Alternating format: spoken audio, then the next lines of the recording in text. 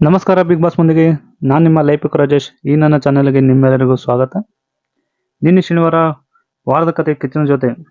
ಇದಕ್ಕಿಂತ ಮೊದಲು big boss ಮನೆಯಲ್ಲಿ ಏನು ನಡೀತು ಅಂತ ನೋಡೋದಾದ್ರೆ, ಇನ್ನು ಕಳಪೆ ಪಟ್ಟ ಪಡೆದ ರಂಜಿತ್ ಅವರು ಜೈಲು ವಾಸ ಅನುಭವಿಸುತ್ತಿದ್ದಾಗ ಮನೆಯ ಎಲ್ಲ ಸದಸ್ಯರ ಅಡುಗೆ ಮಾಡಲು ಬೇಕಾದ ತರಕಾರಿಗಳನ್ನು ಕಟ್ ಮಾಡಿಕೊಡಲು ಹೇಳ್ತಿದ್ದರು.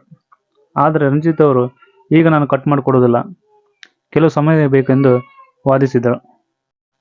ಇನ್ನು ಈ ತರಕಾರಿಗಳನ್ನು ನಾನು ಕಟ್ ಮಾಡಿಕೊಟ್ರೆ ನನಗೇನು ಉತ್ತಮ ಕೊಡ್ತಾರೆ ಎಂದು ಹೇಳುತ್ತಿದ್ದರು.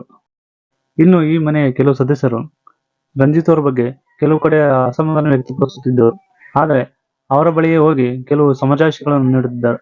ಹೀಗೆ ಮಾಡೋದ್ರಿಂದ ವೀಕ್ಷಕರಲ್ಲಿ ಅವರು ಬಕೆಟ್ ಇಡುತ್ತಿದ್ದಾರೆ ಎಂದು ಅನಿಸುವುದು ಸಹಜ. ಇನ್ನು ವೈಲ್ಡ್ ಕಾರ್ಡ್ ಎಂಟ್ರಿಯಾಗಿ ಬಂದ ಶೋಭಾ ಶೆಟ್ಟಿ ಅವರು ಮೊದಲ ದಿನ ಇದ್ದ ಹೈಫರ್ ಈಗ ಎಲ್ಲೋ ಮರೆಯಾಗಿದ್ದಾರೆ ಅನಿಸುತ್ತೆ. ಇನ್ನು ಕಿಚನ್ ಮೀಟಿಂಗ್ ಆನ್ ಆದ ಮೇಲೆ ಶಿಶಿರ್ ಬಗ್ಗೆ ಕೆಲವು ಮಾತುಗಳನ್ನು ಆಡಿದರು. ಅದರಲ್ಲಿ ಶಿಶಿರ್ ಅವರಿಗೆ ಸುದೀಪ್ ಅವರು, ಈ ವಾರ ನೀವು ಕೆಂಪೇಗೌಡ ಮೀಸಿ ಬಿಟ್ಟಿದ್ದ, ಅದರ ಗತ್ತು ಗಮ್ಮತ್ತು ಈ ವಾರ ನಿಮ್ಮಲ್ಲಿ ಕಾಣಲಿಲ್ಲ ಎಂದು ವಾರ್ನಿಂಗ್ ನೀಡಿದರು.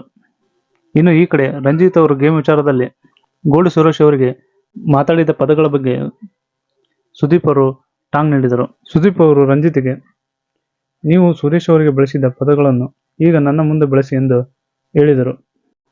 ಆಗ ರಜತ್ ಅವರು, ಆ ಪದಗಳನ್ನು ಬಳಸಿದ್ದಕ್ಕಾಗಿ ನಾನು ಕ್ಷಮೆಯನ್ನು ಕೇಳುತ್ತೇನೆ ಎಂದು ಹೇಳಿದರು. ಆಗ ಸುದೀಪ್ ಅವರು, ನಿಮ್ಮ ಕ್ಷಮೆಗಳನ್ನು ಈಗ ಆಕ್ಸೆಪ್ಟ್ ಮಾಡೋದಿಲ್ಲ, ಇದೇ ರೀತಿ ನಿಮ್ಮ ವರ್ತನೆ ಮುಂದುವರೆದರೆ ಮುಂದಿನ ದಿನಗಳಲ್ಲಿ ಬಿಗ್ ಬಾಸ್ನ ಬಾಗಿಲುಗಳು ಯಾವಾಗೂ ತೆರೆದಿರುತ್ತದೆ ಎಂದು ವಾರ್ನ್ ಮಾಡಿದರು. ಇನ್ನು ಈ ವಾರದ ವೀಕೆಂಡ್ನಲ್ಲಿ ಉಗ್ರ ಮಂಜುಗೆ ಡಬಲ್ ಧಮಾಕ ಲಭಿಸಿದೆ.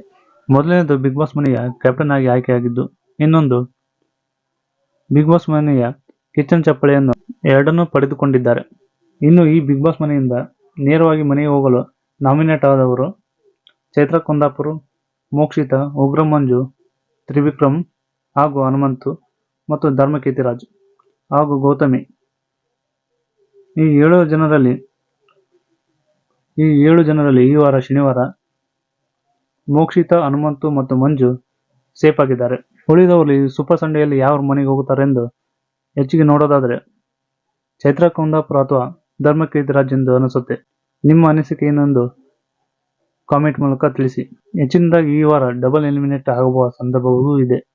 ಇನ್ನೂ ಹೆಚ್ಚಿನ ಬಿಗ್ ಬಾಸ್ನ ಅಪ್ಡೇಟ್ಗಳನ್ನು ನೀಡುತ್ತೇನೆ. ಅದಕ್ಕಾಗಿ ಈ ನನ್ನ ಚಾನಲನ್ನು ಲೈಕ್ ಮಾಡಿ, ಸಬ್ಸ್ಕ್ರೈಬ್ ಮಾಡಿ, ಬೆಲ್ ಐಕಾನ್ ಒತ್ತಿ. ಹೆಚ್ಚಿನದಾಗಿ ಈ ವಿಡಿಯೋನ ಶೇರ್ ಮಾಡಿ.